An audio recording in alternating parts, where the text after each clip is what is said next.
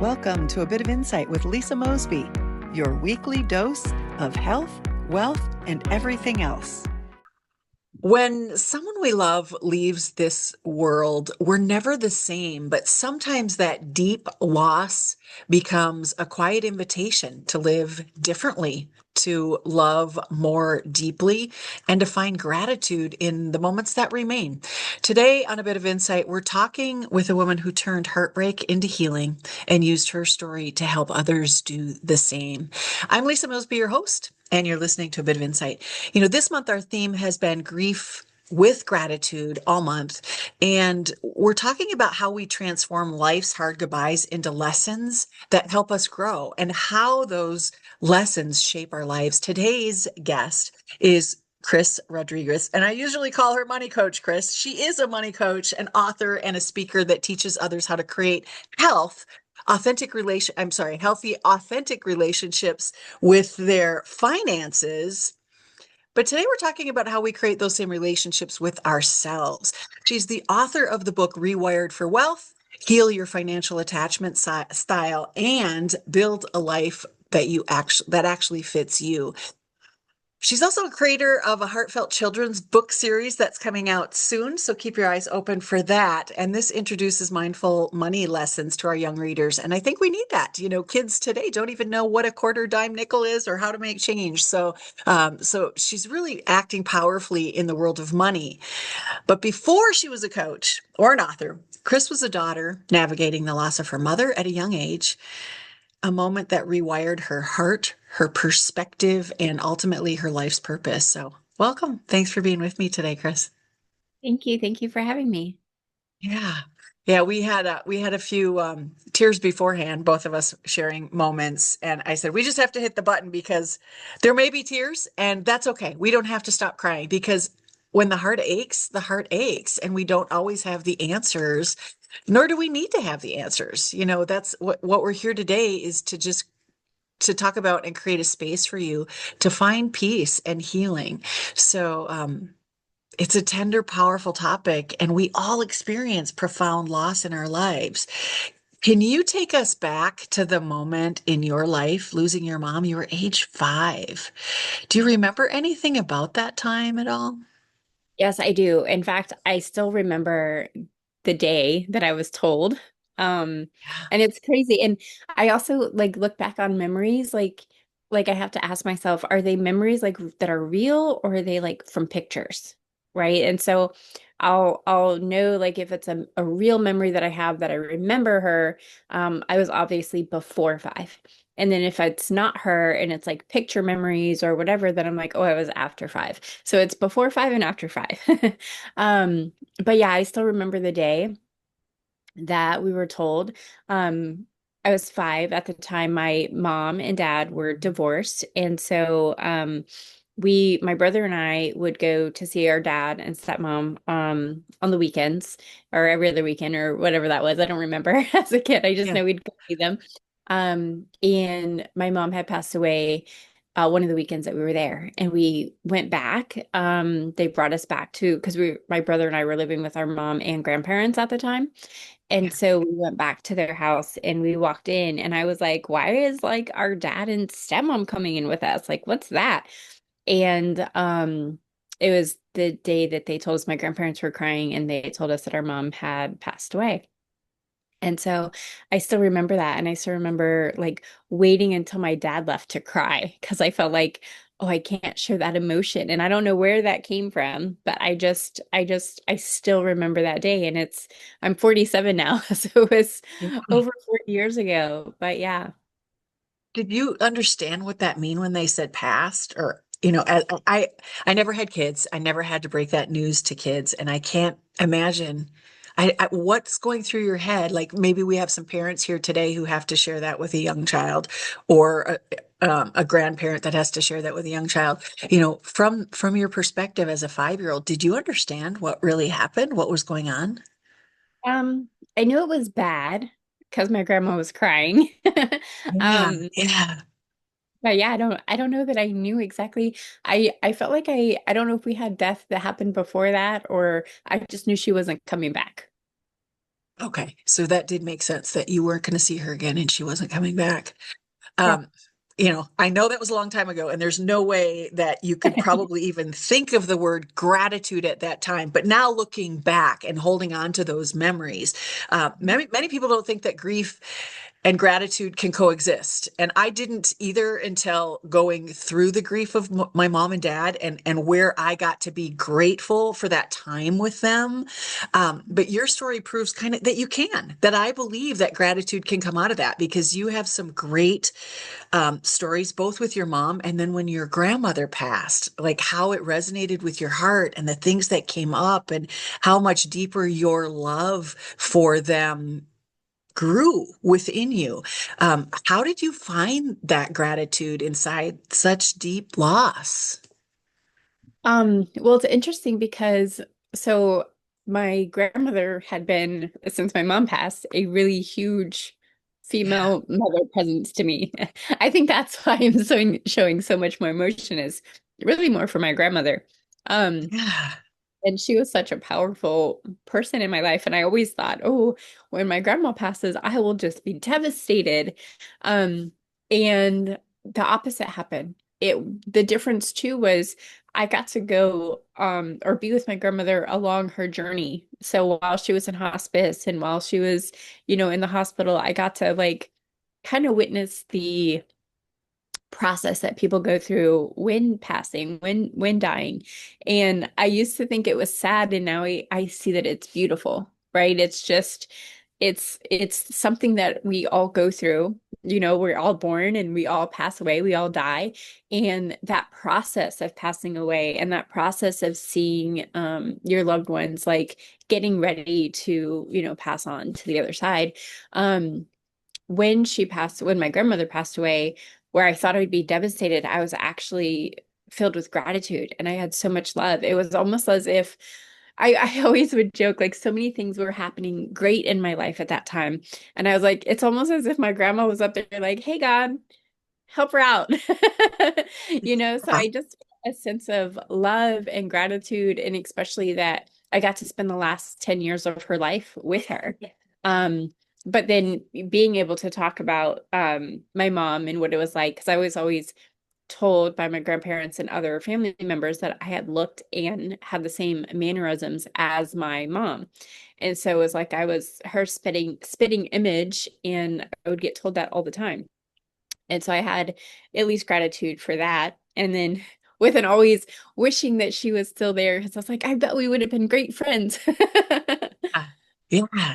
The fondness can grow deeper because you are so connected to her mom, your grandmother, and you get to experience that through them. And I'm sure I can't even imagine, they already raised her daughter. They already went through those first 5 years or the 5 years to 20 or however old you were when you started to move away from grandma.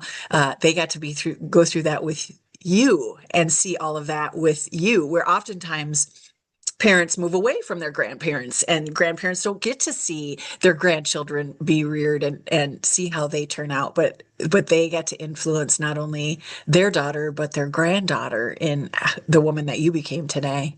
That's Yeah, what a wonderful gift to them. If you can get there and think about that. They have this horrific loss, but yet they have this wonderful gift of this deep bond as a grandparent with a grandchild. I saw that with my own parents. It's part of the reason that I helped to move them closer to their great grandchildren in Florida. I moved them across country when they were starting to fail, and they had this life surge of joy and energy, and they were seeing the grandkids every day, and they got to have relationship with the grandkids. And I was really nervous when my niece decided to let the kids be with them. She did hospice. We brought my mom to her house. My mom lived with me, but when we knew it was coming to an end those last 6 weeks, we brought my mom to her house and turned the living room into her hospice room. And the kids would lay in her bed and watch TV with her, and they were there, and they were laying in the bed with her when she took her last breath, as they were with my dad.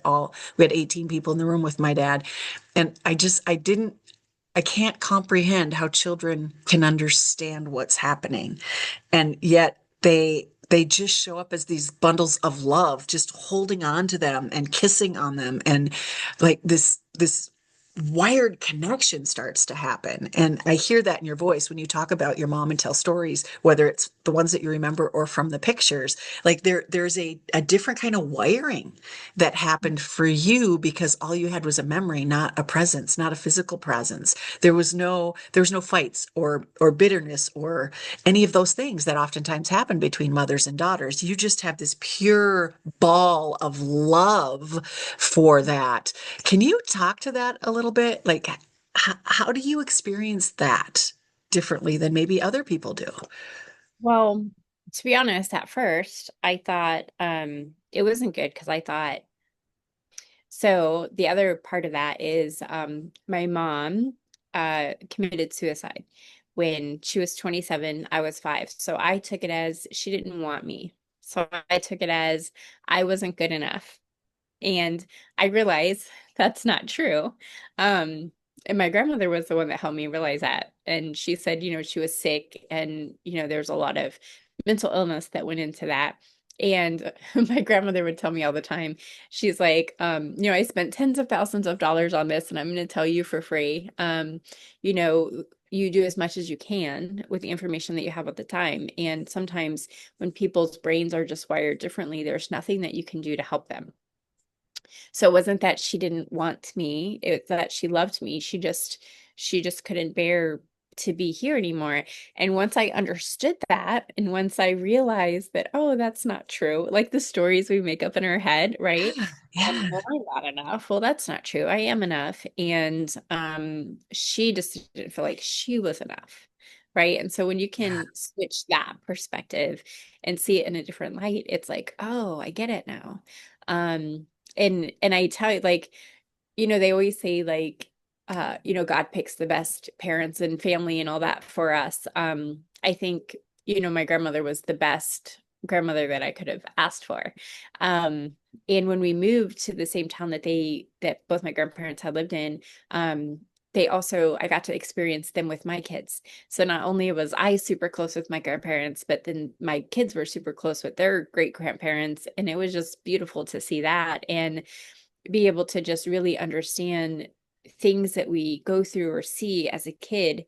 And we make up stories about that isn't always completely true. And if you can shift your perspective and rewire like what that meant to be something more out of love and gratitude, then it changes everything.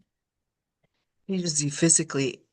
So you not only changed your mindset, but what happened with your confidence and your sense of security? Because our sense of security as a child comes from our parents. And I know you still have your dad and your stepmom and your grandparents, but there's a different connection with the person that birthed you, that carried you in your womb, in her womb.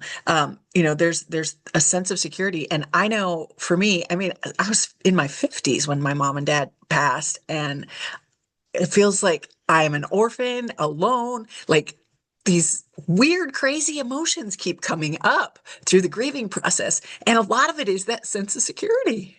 Can you speak Mhm. to that? Yeah.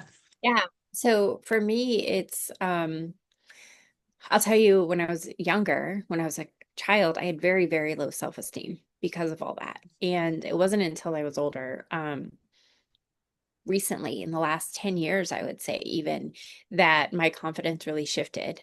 Um, I always called it, I had fake confidence. Like I would show up like, yeah, I'm good. I know what I'm doing. But deep down, I wasn't actually confident.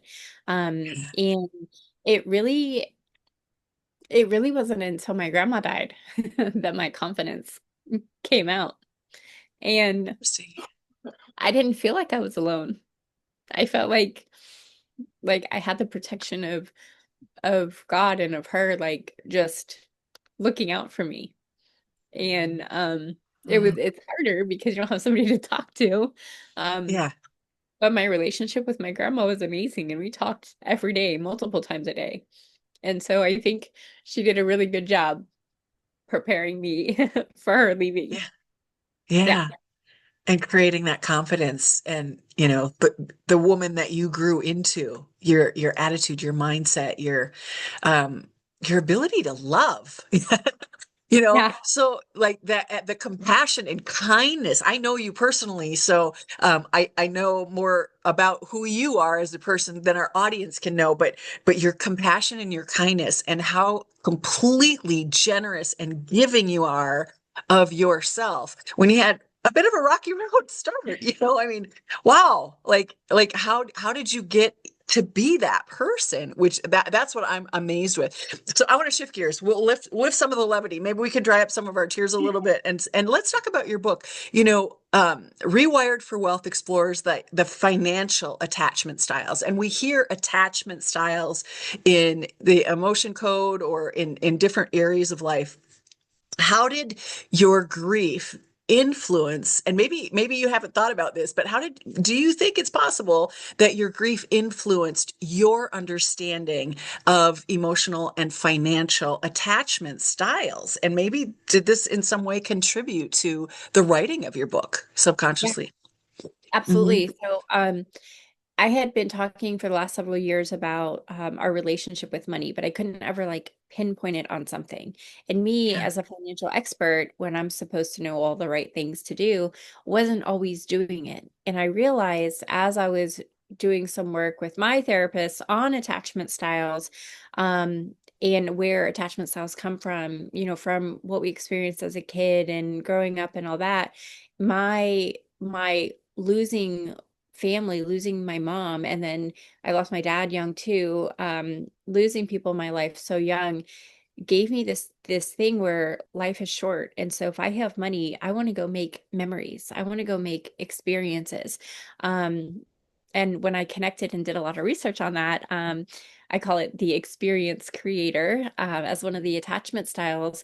And typically people that have had kind of like a rough start where they lost loved ones very early on, have that kind of mentality. Well, anything can happen at any time. So I'm going to go out and spend money to create memories, right? Where you should be like, well, yeah, but I also need to save and do all these things. And so how we're attached to our relationships with people is also very in line with how we're attached to money. Because if you think about it, money, we have a relationship with money. And even though we're supposed to make decisions logically with money, specifically in investing, our decisions are mostly made emotionally.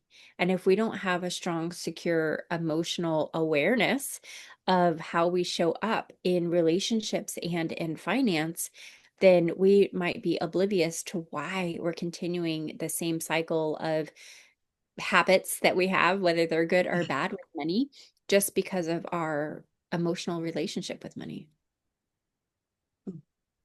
What are some ways that people unknowingly connect money to love, loss, or safety? Oh yeah, Yeah. it's everything. Yeah. Like people Yeah. connect so much with money to Yeah. love, loss, or safety because Yeah. maybe you grew up in an unstable household. So you're like, oh my Right. gosh, if my account doesn't have so much money in it, then I'm not safe. Or, people are always leaving, so I have to control everything. Or I was, however your relationship was or your experience growing up as a child, everybody has different things. It's really Yeah. shaping how you see money now and how you show love, not only for yourself, but for others. So whether Yeah. you're consistently giving gifts, even though you shouldn't, or you're hoarding so much money because you don't feel safe if you're not, Yeah. or you're like, no, I have to control everything. I have to be the one that does everything because I can't trust that other people will. So all of those things create those attachments to money. Yeah. I'm experiencing that right now. I'm thinking about how I'm hoarding because, after going through divorce and then losing parents and all of those things. So I'm feeling like, oh, there's not enough. There's not enough. There's not enough. I got to work harder. There's not enough.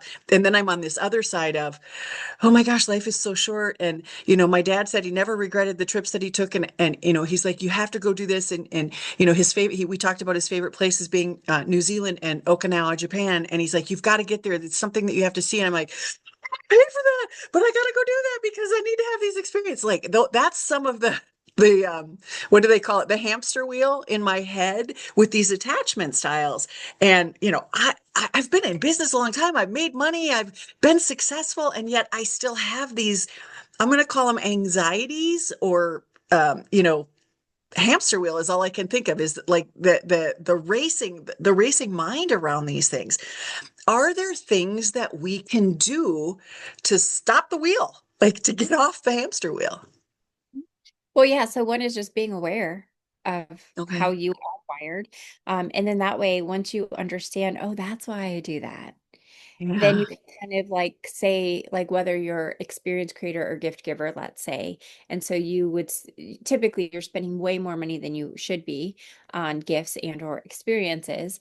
You can understand that, one, knowing that, thinking that that's the only way people are going to love me, or that they know that I love them, one or the other, you can say, oh, that's not true. So just doing some work with that internally, but then also creating rules and boundaries for your money so that you're like, okay, I'm still creating this plan.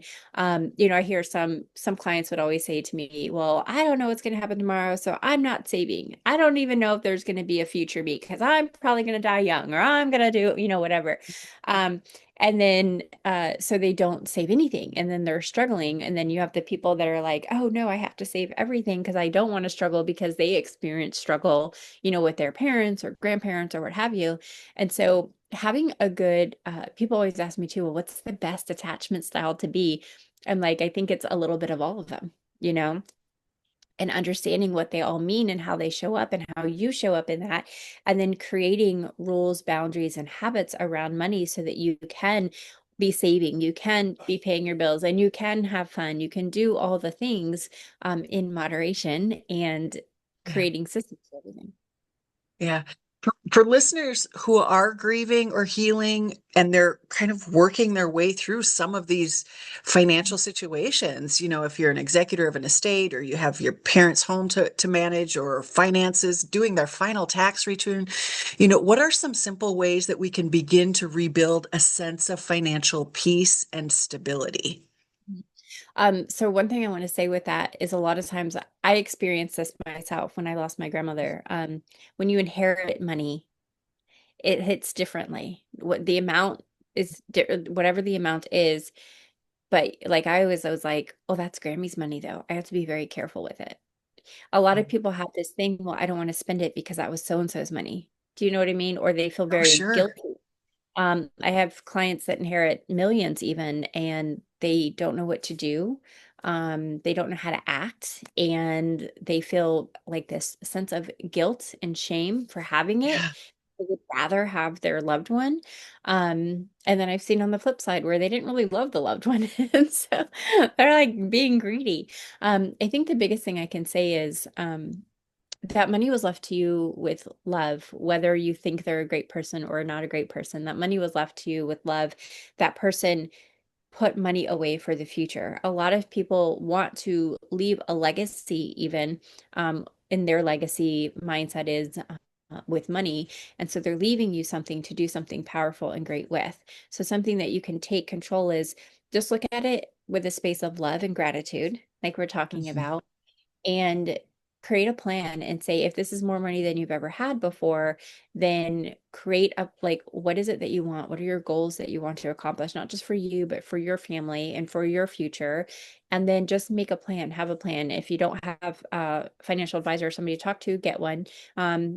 Even if it's not that much money, and you want to do something good with it, maybe if you don't necessarily need it because you're financially okay, what kind of charities or foundations can you give money to? It's just, when we change it from like a grieving type of, oh, that's so and so's money, I don't know what to do with it, to just, this money's coming to you with love, then you make a little bit better choices and decisions, and you make them with love. Yeah. And I know some of that probably came from your grandmother. Do you think that your grandmother especially, her influence seems to like echo through the work and through your writing? Like, are there lessons that she instilled in you that are still guiding you today and kind of helping you formulate some of these ideas that you share with people through your work? Yeah, absolutely. Absolutely. And when I wrote the book, it was a big healing journey for me as well, Mm. because of also all the research that I did with it. And I know that, one thing Grammy always said to me was, we do the best we can with the information that we have at the time. And Now, as my kids are growing, because they're in their 20s, I take a lot of things that I learned from my grandmother to not just do well for myself, but to help teach them as well. So yeah, she definitely instilled, and the other thing too, to remember, she grew up in the Depression era. So it was a whole different thing. They really, thrived on safety and security and didn't overspend or didn't do anything, lavish or anything like that. But they got to retire early and travel. And so that's the other part of like they got to experience things. And so for me, it just instilled having a good balance in life. So, and I think that's where when you're looking at your attachment styles and is this good or bad, they're indifferent. They're neither good or bad. They are what they are. And it helps you to understand what you can do and how you can be the best version of yourself.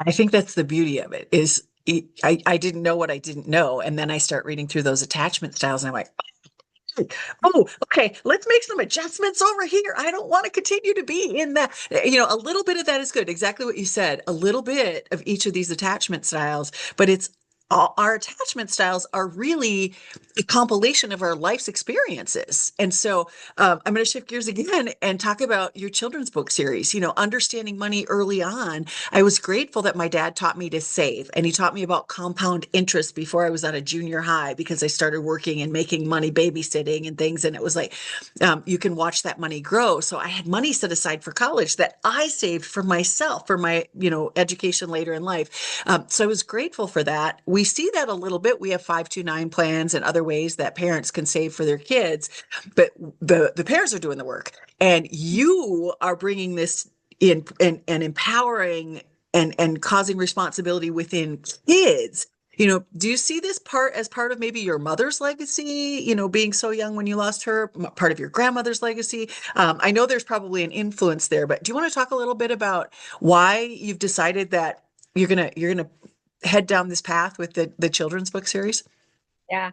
I think it's, in my family growing up, we didn't necessarily talk a lot about money. It's just what I saw, what I witnessed. I was taught that you don't talk about money.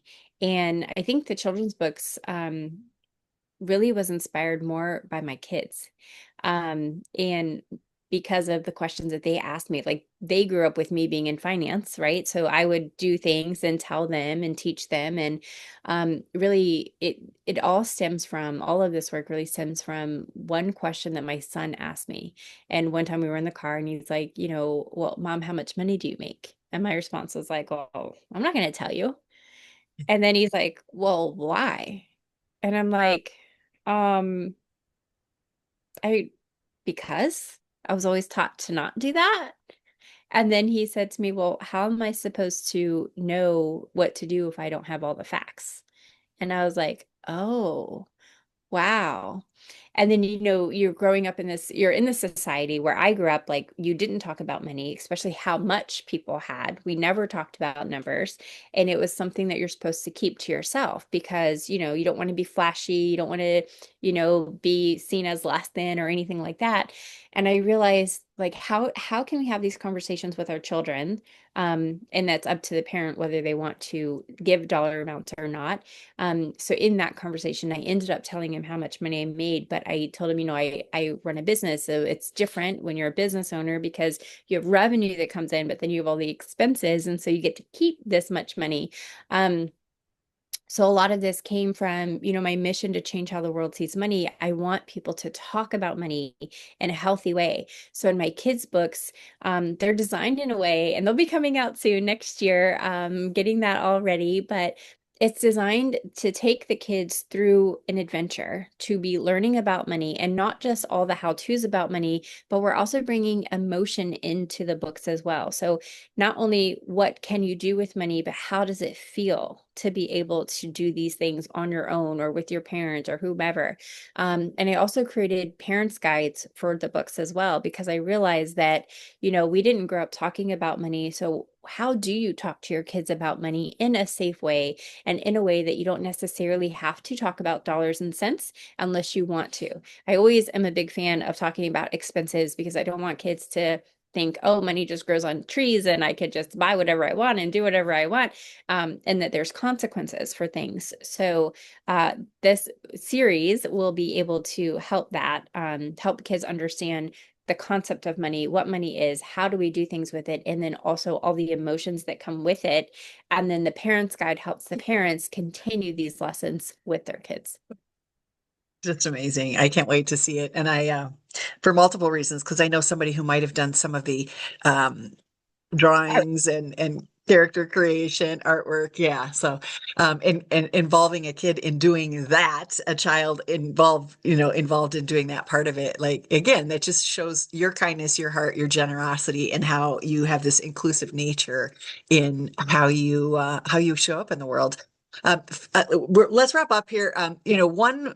What's one final message, maybe of hope for listeners to walk away with, when it comes to gratitude through what they're receiving in money, gratitude of getting to spend those final years with a loved one. Let's tie that all into and express, what does it mean to be truly wealthy? Mhm. Oh, to be truly wealthy. I think for everybody it's Yeah, different. For me, yeah, it's relationships. Having good relationships and being able to spend time with the people that you want. To me, time is our most precious resource. And so being wealthy, you can be wealthy at all different income levels. And so yeah. being wealthy is that you get to be able to spend time with the people that you want to when you want to. That's what I define wealth as. And so for every person that might be different income levels, and you could be wealthy at all different income levels and different asset levels. It's just being able to spend the time and having gratitude, whatever you're doing with whoever it is that you're doing it with, um, being truly present in that moment and not having to worry about anything else. I would agree with that. My wealth is in my relationships, not necessarily in my bank account, because that's what we want to take with us. Yeah, even the wealthiest people, when they're on their deathbed, it's like, I wish I had one more minute. Or the wealthiest people, I wish I could spend all the money in the world to have a little bit more time with my mom or my dad, or Mhm. be healthier. Wealth looks a lot different than just money. And sometimes we lose sight of that. So thank you for that perspective. Final thoughts on people who are grieving. We're going to see a whole generation. Our baby boomers are aging, and we're going to see a whole generation of people who are going to go through some trials and tribulations with money, taking care of their parents' estates, whether it's their mother, father, or combined. There's challenges that are coming for us as a nation as our baby boomer population ages out and moves closer to going to be with the Lord. Final thoughts on how we can prepare for this, or can we even prepare for this shift, and how we can support our loved ones that might be experiencing it, or our friends who might be experiencing or going through this. Well, for me, it's different ways. Like one, there's all the documents of estate planning. So make sure if you do have aging parents and or maybe it's aunts or uncles or whoever, grandparents, even whoever you're taking care of, as you will, making sure that everything's documented, all the estate plans are in place, that they have beneficiaries. That just eases the pain so that you know exactly their intention of where they want funds to go. The second part of that then is to when you're grieving the loss of that person. But if we can just know that love is behind everything, in the end, then it's fine, and just receive that money with gratitude and love. Then that can actually shift and change a lot of what you end up doing with that money. And we see a lot Mhm. of siblings that, their relationships diminish after the loss of their parents. So that's a tough one. You and your brother, age 5, age 8, then lost your dad when you were 20-ish. Um, Mhm. how did that affect you and your sibling relationship? So it's my brother and I, and then we also have a sister from our stepmom and dad, and we're all very close. I say it's because we don't live by each other. So we're all a little bit like, my sister and I are the closest, about 2.5 hours away, and then our brother is maybe 8 to 10 hours away.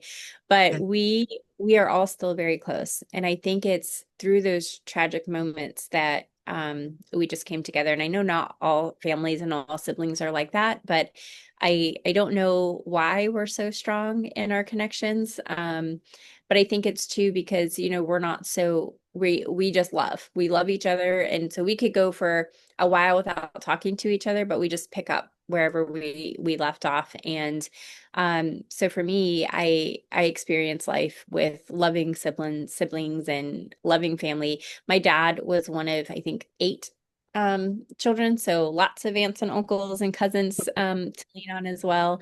And then my mom, who passed away when I was 5, had a brother and uncle that lives close by me, and he has kids and everybody. So just we had a big family, and the big family support was wonderful. I know that that's hard too, because I know families that aren't close, and that's where you see sometimes when people pass away, then they fight about money because they don't see it that it's coming from love, or they don't see it from that way. But in the end, I always say money amplifies who we are, because some people say, oh, more money causes more problems, or you're going to become evil or whatever. No, if you're a good person, it's going to help you be even better.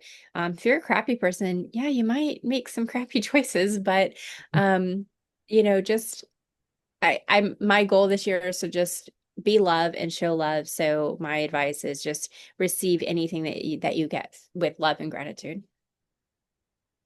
Yeah, that's a great perspective. Thank you for sharing that. And that's a common bond that you and I have. I get to hang out with my mom's siblings, my aunts and uncles, and my cousins on Saturday. We're going to an apple orchard, and I can't wait. We did it, I think it was 5 years ago, 6 years ago. It was quite a few years ago, was the last time I hung out with them when I was visiting Minnesota. So I'm excited about that. Thanks so much for sharing your insight in how grief can transform. It transforms our hearts, our habits, our values, the way we live. We are just a product of all of those experiences, and grief is a big one, and it's profound. Every one of us is going to go through it at some point. So thank you for shedding some light on it and being vulnerable, because this is not an easy subject. And we knew we were going to cry, and we knew the tears were going to come, but that's nothing to be ashamed of. That's just part of how we process both joy and sorrow and grief. So wherever you are at, folks, just go through the process. Don't get stuck in it. And Kris, where do people find you, and how do they get attached to your book? Oh, perfect. Yeah, my book's on Amazon, Rewired for Wealth. Yeah. And you can find me. I'm on all the socials, Christina Rodriguez or Money Clarity Co. And my website is moneyclarityco.com. Beautiful. All right, folks. Thank you so much for joining us on A Bit of Insight. Until next time, remember, gratitude doesn't ease grief, but it can guide us gently back towards peace and grace. And that's what we hope for you. See you next week. Come on back, everybody. Thanks for joining me on A Bit of Insight. To get more involved with our wellness community, grab a copy of my book, Live Well, Travel Far, or to explore our travel offerings, visit the website at insightcenterforwellness.com. And if today's episode gave you something to think about, leave a review, and please share it with a friend. This is Lisa Mosbey reminding you to live well, travel far, and always follow your insight.